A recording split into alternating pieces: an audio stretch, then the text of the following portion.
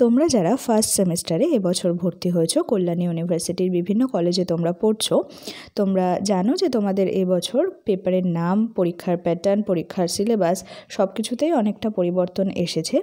তো সে কারণে অনেকেই বেশ ঘাবড়ে আছো যে পরীক্ষা কীরকম হতে চলেছে, সেমিস্টার পরীক্ষা কীরকম হয়, বা কলেজের ইন্টারনাল পরীক্ষা বা অ্যাসেসমেন্ট যেটা দেয় সেই পরীক্ষাগুলো কীরকম হয় সেই নিয়ে অনেকেই জানতে কৌতূহলী আছো।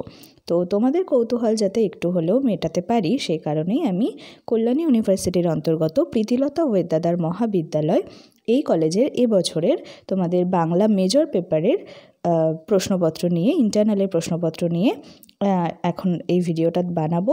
তো দেখে নাও যে কীরকম প্রশ্নপত্র হয় ইন্টারনাল অ্যাসেসমেন্টের ক্ষেত্রে। এটা ফার্স্ট সেমিস্টারের এবছরের ইন্টারনাল অ্যাসেসমেন্টের প্রশ্নপত্র। BA CBCS first semester major, subject Bengali major, paper 101, course code হচ্ছে BENG CC 101। এখানে সবকটা প্রশ্নের উত্তর দিতে বলেছে। 10x2 টোটাল 20 নম্বরের পরীক্ষা। সঠিক উত্তরটির পাশে টিক চিহ্ন দিতে হবে। একে রয়েছে শ্রীকৃষ্ণ কীর্তন কাব্য কে আবিষ্কার করেন, 4টে অপশান আছে, তার মধ্যে সঠিক উত্তরটি বেছে নিয়ে লিখতে হবে।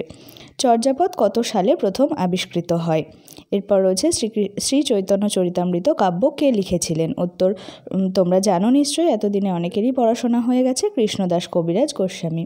চণ্ডীমঙ্গল কাব্যের আদি কবি হলেন? উত্তর মানিক দত্ত। শ্রী চৈতন্যদেব কত সালে জন্মগ্রহণ করেন? উত্তর 1486 সালে।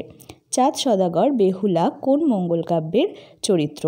উত্তর এটা নিশ্চয়ই সবাই জানো, দেখি কে কে জানো। উত্তরটা এখানে কমেন্ট করে জানাও, তাহলে বুঝতে পারবো যে তোমরা কতদূর পড়াশোনা করেছো বা কতটা প্রস্তুতি হয়েছে তোমাদের। রামায়ণ অনুবাদক কৃত্তিবাসের বাড়ি ছিল? এটা উত্তর হবে ফুলিয়া। অন্নদামঙ্গল কাব্য কোন সময় পর্বের রচনা? উত্তর হবে অন্তমধ্যযুগ। IP এর পুরো নাম কি? এটার উত্তর ইন্টারন্যাশনাল ফোনেটিক অ্যালফাবেট।